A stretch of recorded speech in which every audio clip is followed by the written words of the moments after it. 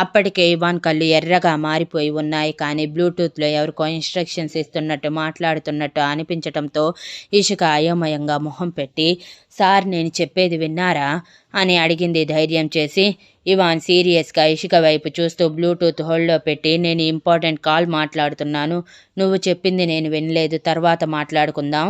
వెళ్ళి రెస్ట్ తీసుకోపో అని ఇషికని తన ఒడిలో నుంచి లేపగానే ఇషిక గుండె దడదడలాడిస్తూ, అది కాదు సార్ అని అంటుంటే, డూ వాట్ ఐ సెడ్ అని చాలా సీరియస్గా బేస్ వాయిస్లో చెప్పటంతో పైగా ఇవాన్ మొహం ఎర్రగా మారిపోవటంతో ఇషికకి భయం వేసి పరుగున లోపలికి వెళ్ళిపోతే ఇవాన్ తన చెవిలో ఉన్న బ్లూటూత్ విసిరికొట్టి తన పిడికిలి బిగించి రైలింగ్ కేసి కొడుతూనే, అంటే ఇదేం చెప్తుంది?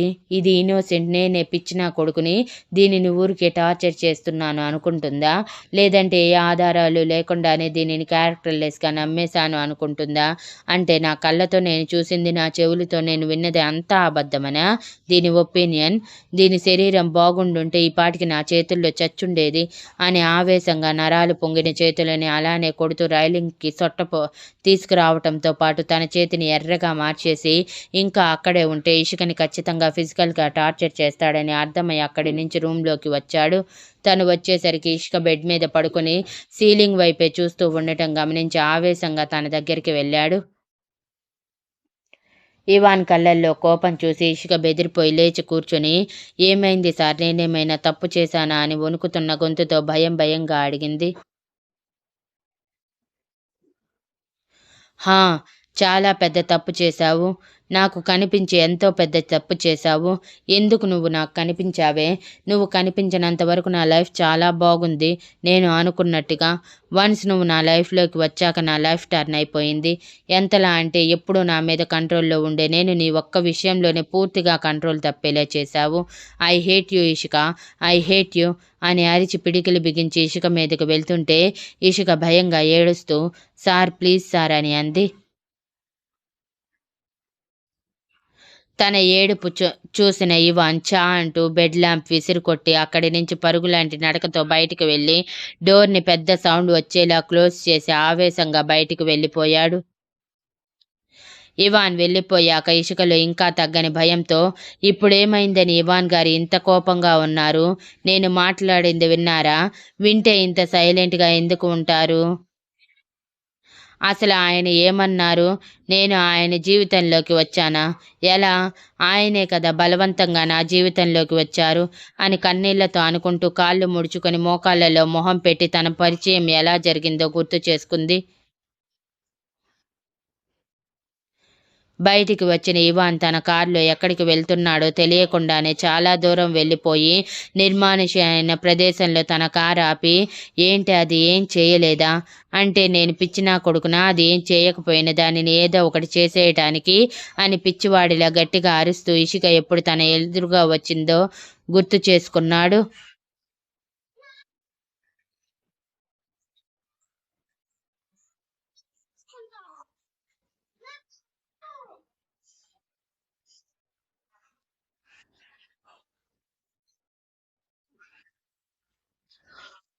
తనని అలా చూసి అక్షిత్ నిషా తల మీద తడుతూ, ఇక్కడ ఇవాన్ లేడు. నువ్వు అంత భయపడటానికి. నువ్వు ఈ డీటెయిల్స్ చెప్పావంటే తప్పకుండా ఫ్యాషన్ వీక్లో వాడు ఓడిపోతాడు. నిన్ను అవమానించినందుకు నన్ను అవమానించినందుకు రెండిటికి బదులు తీర్చుకోవచ్చు. ఆలోచించు అని అన్నాడు అని సీరియస్గా అంది. నిషా సమాధానానికి అక్షిత్ కోపంగా, ఏంటి ఇప్పుడు వాడికి భయపడుతున్నావా? అంటే వాడు నీకు చేసిన అవమానాన్ని, నిన్ను డంప్ చేయటాన్ని ఒప్పుకుంటున్నావా? రేపు ఫ్యాషన్ వీక్లో నువ్వు లేకుండానే వాడు గెలుస్తాడు. అప్పుడు ఏం చేస్తావు అని సీరియస్గా అడిగాడు. నేను ఏదీ మర్చిపోలేదు. అలా అని నేను చేసింది ఏదీ మర్చిపోలేదు. కానీ వాడి గురించి నువ్వు చాలా తక్కువ అంచనా వేస్తున్నావు. పొరపాటున వాడి విషయంలో ఎవరైనా తప్పు చేసినట్టు కానీ మోసం చేసినట్టు కానీ వాడికి తెలిసిందంటే వాడు వాళ్ళకి నరకం చూపిస్తాడు. ఇంకా నన్నెందుకు వదిలేశాడో నాకు తెలియదు కానీ ఖచ్చితంగా నాకు కూడా ఎక్కడో ఒక చోట స్పాట్ పెట్టే ఉంటాడు. You know what? వాడికి చిన్నప్పటి నుంచి అబద్ధాలు చెప్పే వాళ్ళంటే అసహ్యం. వాళ్ళని ఎంతలా అసహ్యించుకుంటాడు అంటే జీవితంలో వాళ్ళ మొహం చూడకూడదు అనుకుంటాడు అని ఇషిక విషయం గుర్తు చేసుకుంటూ, వాడి వీక్నెస్ని అడ్డం పెట్టుకొని నేను వాడి జీవితాన్ని వాడు ఊహించని విధంగా మార్చాను.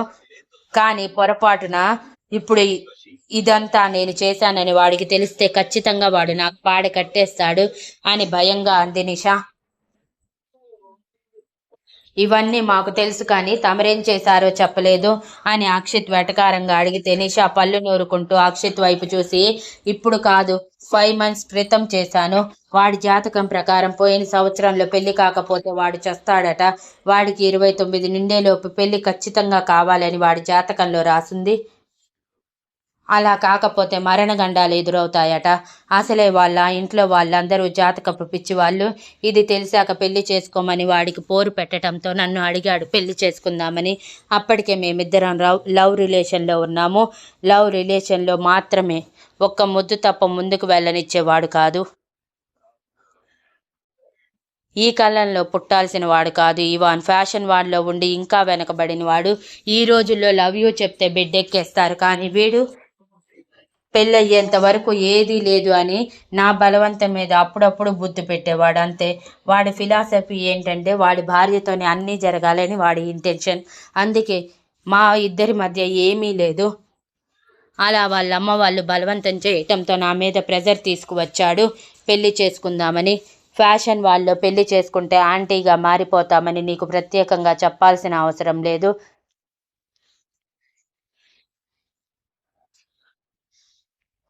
అప్పుడే నా కెరియర్ పీక్స్లో ఉంది. ఆ టైంలో నేను పెళ్లి చేసుకుంటే నా కెరియర్ నాశనం అవుతుందని వాడిని ఎంతో కన్విన్స్ చేశాను. కానీ వాడు ఒప్పుకోలేదు.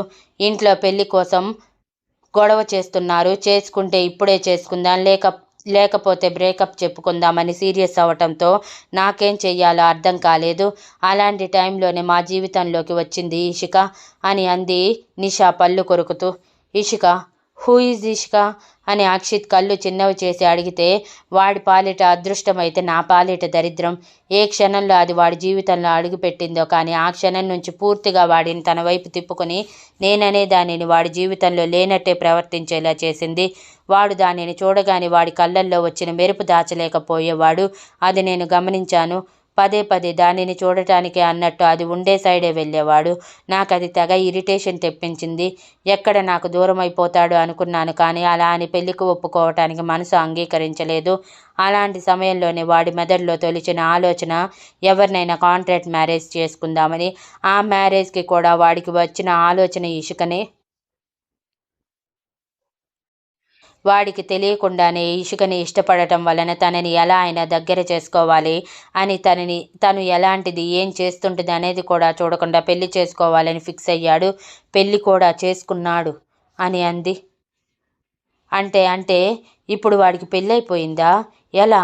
ఎక్కడ జరిగింది? ఎవరికి తెలియదు కదా అని అక్షిత్ కళ్ళు పెద్దవి చేసి అడిగాడు. నిషా పళ్ళు కొరుకుతూ అక్షిత్ ప్రశ్నకి, వాడి పెళ్ళికి కూడా నేనే రీజన్. వాడు కాంట్రాక్ట్ మ్యారేజ్ చేసుకుంది నా కోసమే. బికాజ్ నేను చస్తానని బెదిరించటం వల్ల. అదే నా పాలిట ఇప్పుడు శాపంగా మారింది. వాడు ఎప్పటికీ ఆ ఇషికని తన జీవితంలో ఉంచుకోకూడదని వాడి వీక్నెస్ మీద దెబ్బ కొట్టాను. వాడి దృష్టిలో దానిని ఒక తిరుగుబోతుగా సృష్టించాను. పిచ్చోడు నమ్మేశాడు. ఎంతలా అంటే అదంటేనే ఇష్టం లేనంతలా. అప్పుడప్పుడే పుట్టిన దాని మీద ఇష్టాన్ని చంపుకునేంతలా, దానిని టార్చర్ చేసేంతలా వాడి మనసులో విషం నాటాను. బట్ నేను చేశానని వాడికి తెలియదు. అందుకే ఇంకా ఈ భూమి మీద బ్రతుకున్నాను. పొరపాటున వాడికి కానీ ఇషిక విషయంలో నేను చేసిందంతా నేనే చేశానని తెలిసిందంటే ఖచ్చితంగా చంపేస్తాడు అని అంది. ఇదంతా కాదు నిషా, అసలు ఏం జరిగింది, నువ్వు ఏం చేశావో మొత్తం క్లారిటీగా చెప్పు, సగం సగం చెప్పకని అడిగాడు. మీరు కూడా నాతో పాటు ఒక 5 months వెనక్కి వచ్చేయండి, లేదంటే స్టోరీ మీకు అర్థం కాదు. అది ఢిల్లీలోని ఒక 5 స్టార్ హోటల్. ఆ హోటల్కి మన హీరో అయిన ఇవాన్ బాబు ఒక సెలబ్రిటీకి తన డిజైన్స్ చూపించడానికి పర్సనల్గా వెళ్ళాడు. ఆ సెలబ్రిటీ మరీ రమ్మని పిలవటంతో ఆ టైంలో నిషా ఫోటోషూట్లో బిజీగా ఉండటం వలన ఇవాన్ ఒక్కడే హోటల్కి వచ్చి ఆ సెలబ్రిటీకి తన డిజైన్స్ మొత్తం కావలసినట్టుగా ఉండేవి చూపించి, అందులో వాళ్ళు సెలెక్ట్ చేసిన వాటిల్లో కొన్ని మార్పులు చేర్పులు చేయమని చెప్పడంతో ఓకే అని చెప్పి, మరో 2 రోజుల్లో అవుట్ఫిట్ మీ దగ్గర ఉంటుందని మాట ఇచ్చి తన సూట్ సరి చేసుకుంటూ ఆ సెలబ్రిటీని ఫార్మల్గా సైడ్ హగ్ చేసుకొని బాయ్ చెప్పి బయటికి వచ్చి లిఫ్ట్ వైపు నడుస్తున్నాడు. అలా ఇవాన్ ఫోన్ చూసుకుంటూ కరెక్ట్గా 10 అడుగులు వేశాడో లేదో సడన్గా ముద్దబద్దె లాంటి ఒక అమ్మాయి, మహా అయితే తన భుజాల కిందకి ఉంటుందేమో, మొహాన్ని స్కార్ఫ్తో కవర్ చేసుకుంటూ వచ్చి కంగారుగా ఇవాన్కి డాష్ ఇచ్చి తనే రివర్స్లో, కళ్ళు కనిపించటం లేదా? అమ్మాయి ఎదురుస్తుంటే పక్కకి తప్పుకోవటం కూడా తెలియదా? మీ అబ్బాయిలందరికీ బలుపు పొగరు క్వింటాల్లో ఉంటుందే, అమ్మాయి కనిపిస్తే చాలు ఎక్కడో ఒక చోట టచ్ చెయ్యాలని చూస్తారు అని నోటుకొచ్చినట్టు క్లాస్ పీకి హడావిడిగా లిఫ్ట్ వైపు పరిగెత్తింది. ఆ అమ్మాయి మాట్లాడినంతసేపు ఆ అమ్మాయి కళ్ళ వైపే చూస్తూ ఉన్న ఇవాన్ ఆ అమ్మాయి వెళ్ళిపోగానే వాట్ ది హెల్ అని పిడికిలి బిగించి, ఎవరి ఇది నాకే డాష్ ఇచ్చి నన్నే రాంగ్ అంటుంది, షీ ఈజ్ మెంటల్లీ సిక్ అని తన వైపు కదిలేలోపు ఆ అమ్మాయి వచ్చిన సైడ్ నుంచి తన కో డిజైనర్ పరిగెత్తుకుంటూ రావటం చూసి where are you going man అని ఆశ్చర్యంగా అడిగాడు. అప్పటికి ఆ అమ్మాయి లిఫ్ట్లోకి వెళ్ళిపోయి గ్రౌండ్ ఫ్లోర్ బటన్ నొక్కటం, ఆ లిఫ్ట్ ఆ అబ్బాయి చూస్తూ ఉండగానే క్లోజ్ అవ్వటం, ఆ అమ్మాయి వెళ్ళిపోవటం చూడగానే అతని పిడికిలి బిగించి మనసులో తప్పించుకుంది అని ఆవేశంగా అనుకుంటూ ఉండగా ఇవాన్ అతనిని కదిలించి మరోసారి అడగటంతో ఇవాన్ ముందు తను తక్కువ కాకూడదని హాయ్ ఇవాన్ అని పలకరించి రా చెప్తాను అంటూ అతనిని తీసుకొని తను బుక్ చేసుకున్న రూమ్కి వెళ్ళాక, ఎవరు అమ్మాయి, నేను డబ్బున్న వాడినని చూసి రూమ్ బుక్ చేసి మరి నా అపాయింట్మెంట్ తీసుకొని ఇక్కడి వరకు రప్పించి తన అందచందాలతో వలలో వేసుకోవాలని ట్రై చేసింది. బట్ నేను లొంగే రకం కాదు కదా, తనని బెదిరించాను, పోలీసులకి పట్టిస్తానని భయపెట్టాను. ఆ అమ్మాయి రివర్స్లో నన్ను పాడు చేశావని కంప్లైంట్ ఇస్తానని బెదిరించింది. నాకు తిక్కరేగి పదా కంప్లైంట్ ఇద్దాము ఇప్పుడే అని ఆ అమ్మాయి చేయి పట్టుకోగానే ఆ అమ్మాయి భయపడిపోయి ఇక్కడి నుంచి పరిగెత్తింది. ఇలాంటి అమ్మాయిలందరూ ఇంతే ఉంటారేమో, డబ్బు కోసం ఏదైనా చేసే రకాలు. చిచి, ఈ కాలం అమ్మాయిలు పూర్తిగా చెడిపోయారు. వాళ్ళకి మనసుతో పని లేదు, ఓన్లీ డబ్బు మాత్రమే కావాలి. ఆ డబ్బున్న చోటే వాళ్ళు సంతోషంగా ఉంటారు అన్నట్టు బిహేవ్ చేస్తున్నారు. ఆ అమ్మాయి ఒక క్యారెక్టర్ లేదు అని ఆ అమ్మాయి బిహేవియర్లోనే అర్థమైపోయింది అని ఇవాన్ దృష్టిలో ఆ అమ్మాయి అంటే అసహ్యం పుట్టేలా తప్పుగా చెప్పాడు. అసలే ఇవాన్కి ఇలాంటివంటే పరమ అసహ్యం. అమ్మాయిలు హద్దుల్లో లేకుండా ఇష్టం వచ్చినట్టు ప్రవర్తిస్తే వాళ్ళని తన దరిదాపుల్లో కూడా ఉండనివ్వడు. అటువంటిది అలాంటి అమ్మాయి గురించి చెప్పటంతో ఇరిటేటింగ్గా ఫీల్ అయ్యి ఓకే బాయ్ అని చెప్పి ఇవాన్ అక్కడి నుంచి వెళ్ళిపోయాక ఇవాన్తో మాట్లాడిన వ్యక్తి పళ్ళు నూరుకుంటూ, ఎక్కడికి తప్పించుకుంటావే నువ్వు, ఎక్కడికి వెళ్ళినా తిరిగి తిరిగి నా దగ్గరికి వస్తావు, వచ్చేలా నేను చేసుకుంటాను అని జరిగింది గుర్తు చేసుకున్నాడు. ఇక్కడ ఆ అమ్మాయి ఎవరో కాదు, ఇషికకి జాబ్ ఆఫర్ వచ్చింది. ఆ జాబ్ ఇంటర్వ్యూ కోసం హోటల్కి రమ్మని చెప్పటంతో ఇషికకి కొంచెం అనుమానంగానే అనిపించినా తనతో పాటు ఇంకా చాలామంది వస్తారు అనుకుని చుడిదార్లో రెడీ అయి తను చెప్పిన హోటల్కి వచ్చింది. కింద రిసెప్షన్లో ఇంటర్వ్యూ గురించి అడిగితే రూమ్ నెంబర్ చెప్పగానే మొహం చిట్లించి, అదేంటి రూమ్లో ఇంటర్వ్యూ చేయటం, ఇదేదో తేడాగా ఉంది అని వెనక్కి తిరిగేలోపు రిసెప్షనిస్ట్ కంగారుగా, మేడం మీకోసం సార్ చాలాసేపటి నుంచే ఎదురు చూస్తున్నారు, సార్ ఒక క్లయింట్తో మాట్లాడుతున్నారు, మీరు వస్తే మిమ్మల్ని పంపించమని చెప్పారు అని చెప్పగానే ఇషికకి తన పొజిషన్ గుర్తుకు వచ్చి, తప్పదు ఇషిక, అయినా నువ్వు చాలా బ్రేవ్ కదా, ఇలాంటివన్నీ పట్టించుకోకు, పొరపాటున అటు ఇటు అయినా నీ దగ్గర పెప్పర్ స్ప్రే ఉంది, మర్చిపోకు అని హ్యాండ్ బ్యాగ్ తన సర్టిఫికెట్స్ గట్టిగా పట్టుకొని భయంగా లిఫ్ట్లో రిసెప్షనిస్ట్ చెప్పిన రూమ్కి వెళ్ళి డోర్ బెల్ కొట్టింది. కొట్టడం ఆలస్యం, సెకండ్లో డోర్ తెరుచుకోవటం అతను ఇషికని చూసి కళ్ళు బ్రైట్ అయ్యి, హాయ్ మిస్ ఇషిక, మీకోసమే ఎదురు చూస్తున్నాను రండి అంటూ లోపలికి పిలిచి సోఫాలో కూర్చో అని చెప్పి కాఫీ, టీ లేదంటే జ్యూస్ ఏం తాగుతారు అని స్మైలీ ఫేస్తో అడిగాడు. అప్పటికీ కూడా ఇషిక స్కార్ఫ్లోనే ఉంది. నథింగ్ సార్, నాకేమీ అవసరం లేదు, మీరు ఇంటర్వ్యూ స్టార్ట్ చేస్తే నేను త్వరగా వెళ్ళిపోవాలి. ఆంటీ ఇక్కడ ఇంటర్వ్యూ ఏంటి సార్, హోటల్ రూమ్లో అని బిడియంగా అంటూ భయంగా రూమ్ మొత్తం చూస్తూ ఉంటే అతను ఒక్కో అడుగు ఇషిక వైపు వేస్తూ, దానికే కదా ఇక్కడి వరకు పిలిపించింది, ఇక్కడే ఇంటర్వ్యూ చేయాలి ఇషిక, ఇక్కడైతే అన్నీ పర్సనల్గా మాట్లాడుకోవచ్చు, పర్సనల్గా చేసుకోవచ్చు అని డబుల్ మీనింగ్ డైలాగ్స్ మాట్లాడుతూ ఇషిక భుజం మీద చేయి వేయాలి అనుకునేలోపు ఇషిక కంగారుగా పక్కకి జరిగి లేచి నిలబడి సార్ అని భయంగా పిలిచింది. డోంట్ వరీ మిస్ ఇషిక, మీరు నాకు కోఆపరేట్ చేశారంటే మీరు ఊహించినంత ఎత్తుకు మిమ్మల్ని తీసుకువెళ్తాను. నాకు కావాల్సినప్పుడల్లా మీరు నాతో ఉండండి. మీకు కావాల్సిందల్లా నేను ఇస్తాను అని ఓపెన్ ఆఫర్ ఇచ్చి ఇషిక స్కార్ఫ్ లాగబోయేలోపు ఇషిక కోపంగా నీ అబ్బా అంటూ తన హ్యాండ్ బ్యాగ్లో ఉన్న పెప్పర్ స్ప్రే తీసి అతని కళ్ళ మీద కొట్టబోయేలోపు అది అతను ముందుగానే ఊహించినట్టు పక్కకి తప్పుకోవటంతో పాటు ఇషిక చేతిలో ఉన్న పెప్పర్ స్ప్రే మీద తన చేయి పెట్టి ఫోర్స్గా కొట్టడంతో అది వెళ్ళి పక్కన పడిపోయింది. పెప్పర్ స్ప్రే జారిపోగానే ఇషిక భయంగా అతని వైపు చూసింది. అతను కోపంగా, ఏంటి అనాథవైన నీకే ఇంత పొగరుంటే కోట్లకి అధిపతిని మరి నాకెంత పొగరుండాలి? నీ అందం చూసి ఏదో ఆఫర్ ఇస్తే అది తీసుకోకుండా నా మీదకి తిరగబడాలని ట్రై చేస్తావా? ఈరోజు ఎలా నువ్వు నా నుంచి తప్పించుకుంటావో చూస్తాను అని అరుస్తూ ఇషికని బలవంతంగా దగ్గరికి లాక్కోబోయాడు. ఆ రూమ్ సౌండ్ ప్రూఫ్ అవ్వటం వలన ఇషిక అరుపులు కానీ అతని అరుపులు కానీ బయటికి వెళ్ళలేదు. అతను ఇషిక స్కార్ఫ్ పట్టుకొని లాగేలోపు ఇషిక స్పీడ్గా రియాక్ట్ అవుతూ అతని తొడల మధ్య తన కాలితో గట్టిగా కొట్టగానే అతను అమ్మ అంటూ అరుస్తూ పక్కకు ఒరిగిపోయాడు. అతను పడిపోగానే ఇషిక ఆవేశంగా, నీతి లేని కుక్క, నువ్వు బ్రతుకుతావు, బురదలో పంది బ్రతుకుతుంది, అంతే, ఇంకేం తేడా లేదు. ఒంటరి ఆడపిల్లని చూస్తే చాలు వాళ్ళు దానికోసమే పనికొస్తారు అన్నట్టు మీ బిహేవియర్ మారిపోతుంది. నాకున్న అవసరం కొద్దీ నువ్వు చెప్పినట్టు గంగిరెద్దులా ఇక్కడి వరకు వచ్చాను చూడు. నా చెప్పు తీసుకొని నేను కొట్టుకోవాలి. ఇంకొకసారి నన్ను టచ్ చెయ్యాలని ట్రై చేస్తే షీ టీమ్కి కంప్లైంట్ చేస్తాను అని బెదిరించి అతన్ని కోపంగా చూస్తూ ఉంటే భయంగా స్కార్ఫ్ సరి చేసుకుంటూ అక్కడి నుంచి బయటికి పరిగెత్తింది. ఇంకా అక్కడే ఉంటే ప్రమాదం అనుకుని అలా దారిలో ఇవాన్కి తగలగానే అతన్ని రియాక్ట్ అయ్యేలోపు చిరాకులో ఉన్న ఇషిక ఆవేశంగా రూమ్లో ఉన్న వాడిని తిట్టాల్సినవి కూడా ఇవాన్ని తిట్టేసి తనకే తెలియకుండా ఇవాన్ దృష్టిలో ఒక క్యారెక్టర్లెస్గా పడిపోయి అక్కడి నుంచి తప్పించుకుని వెళ్ళిపోయింది. ఇదంతా గుర్తు చేసుకున్న అతను, ఇవాన్ రాకపోయి ఉంటే తప్పకుండా దాన్ని ఈరోజు నలిపి పడేసేవాడిని. ఈ ఇవాన్ గాడు ఒకడు, ఎప్పుడు చూడు క్యారెక్టర్ అటు క్లాసులు పీకుతాడు. ఫ్యాషన్ వాళ్ళలో ఉన్న ఏ ఒక్కడైనా సరిగా ఉన్నాడా? వీడొక్కడే పుణ్యపురుషుడు అన్నట్టు మాట్లాడుతాడు. ఇప్పుడు నా క్యారెక్టర్ గురించి వీడికి తెలిస్తే వీడి కంపెనీ నుంచి వచ్చే డీల్స్ కూడా మాయమవుతాయి. కానీ పర్వాలేదు, దాని మీద కోపం తీర్చుకున్నాను.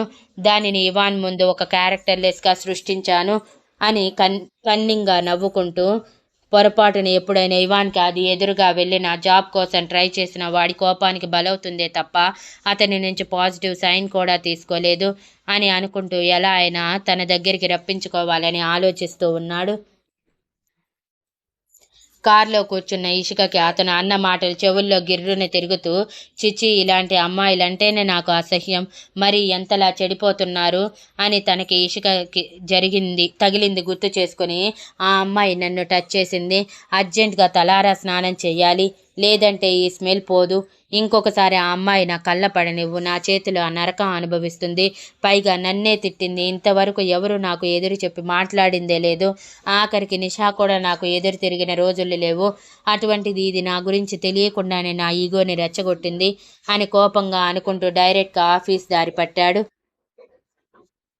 మరో వారం రోజుల తర్వాత ఇవాన్ అసహనంగా కారు డ్రైవ్ చేస్తూ, ఇంట్లో వాళ్ళకి చెప్తే వినిపించుకోరు, జాతకాల పిచ్చితో నన్ను చంపుతున్నారు, అయినా పెళ్లి చేసుకోకపోతే నేను చావటం ఏంటి, నా చావు ఎవడి చేతుల్లోనే లేదు, నేను కోరుకుంటే తప్ప అని యాటిట్యూడ్గా అనుకుంటూ, ఈ నిషా కూడా సరిపోయింది, నాని ఏమో పెళ్లి చేసుకోకపోతే చస్తానని బెదిరిస్తుంది, ఇదేమో సంవత్సరం వరకు పెళ్లి కుదరదు అంటుంది, ఏం చెయ్యాలి అని ఆలోచిస్తూ ముందు చూసుకోకుండా డ్రైవ్ చేస్తూ ఉండటం వలన క్రాసింగ్ దగ్గర కొంచెం స్పీడ్గా రావటంతో అప్పుడే రోడ్ దాటుతున్న ఇషికకి చిన్నగా డాష్ ఇచ్చాడు. ఇవాన్ కార్ మరీ స్పీడ్గా వెళ్ళకపోవటం వలన ఇషిక ఎగిరి పడలేదు, కానీ రోడ్ మీద ఫోర్స్గా పడటం వలన మోచేతి దగ్గర బాగా దెబ్బ తగిలి చర్మం చీరుకుపోయి బ్లడ్ రావటం మొదలైతే ఇవాన్ కంగారుగా కిందకి దిగి, ఏ అమ్మాయి కళ్ళు కూడా కనిపించటం లేదా, రోడ్డు మీద సరిగా నడవటం రాదా, లేదంటే లవ్ ఫెయిల్యూర్వా, చద్దామని అడ్డదిడ్డంగా బిజీగా ఉండే రోడ్డు మీద నడుస్తున్నావా అని అరుస్తూ ఉంటే ఇషిక స్లోగా వెనక్కి తిరిగి గాలికి రెపరెపలాడుతున్న తన జుట్టుని చెవి వెనక్కి పెట్టుకుంటూ నీళ్లు నిండిన కళ్ళతో భయంగా ఇవాన్ వైపు చూసింది. ఇషికని చూడగానే ఇవాన్ మనసు తనకి స్ట్రక్ అయిపోయినట్టు కళ్ళు పక్కకి తిప్పకుండా ఇషిక వైపే చూస్తూ ఉన్నాడు. కనీసం తనని లేపాలని కూడా ఆలోచించలేనంతగా. ఇసుక 5 నిమిషాల తర్వాత, సారీ సార్, చూసుకోకుండా మీ కార్కి అడ్డం వచ్చేసాను అని పైకి లేవాలని ట్రై చేసింది. కానీ కాలు కొంచెం మెలిక పడటం వలన నిలబడలేక అమ్మ అంటూ మరోసారి కింద పడగానే అప్పుడు తేరుకున్న ఇవాన్ పరిగెడుతూ ఇసుకని చేతుల్లోకి తీసుకున్నాడు. తన కళ్ళల్లోకి చూస్తూ ఇవాన్ చేసిన పనికి ఇసుక కళ్ళు పెద్దవి చేసి, సార్ నన్ను దించండి అని భయంగా అంటూ ఉంటే, షట్ యువర్ మౌత్, ఎందుకు వసపెట్టలా వాగుతూనే ఉంటావు? కుదురుగా ఉండలేవా? నీకు యాక్సిడెంట్ చేసింది నేను కాబట్టి నీకు ట్రీట్మెంట్ ఇప్పించాల్సిన బాధ్యత నాకే ఉంది. అందుకోసం నిన్ను హాస్పిటల్కి తీసుకువెళ్తున్నాను.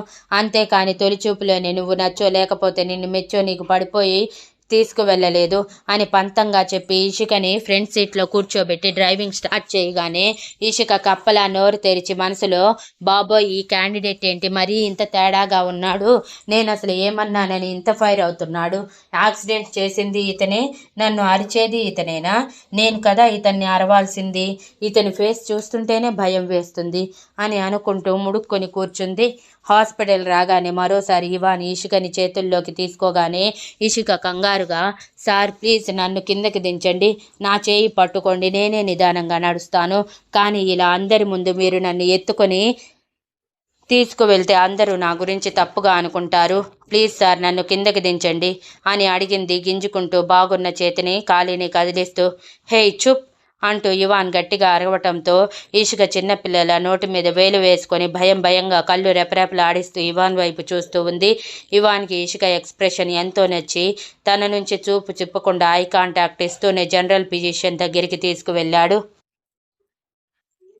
ఇవాన్ కార్ స్టార్ట్ చేసేటప్పుడు అపాయింట్మెంట్ తీసుకొని ఉండటం వలన, పైగా పేషెంట్స్ కూడా ఎక్కువగా లేకపోవడంతోనే డాక్టర్ క్యాబిన్లోకి వెళ్ళిపోయి ఇషికని చైర్లో కూర్చోబెట్టి, చిన్న యాక్సిడెంట్, చేతికి కాలికి దెబ్బలు తగిలాయి, ఇంకా ఎక్కడైనా దెబ్బలు తగిలాయేమో చూడండి అని పొలైట్గా అన్నాడు.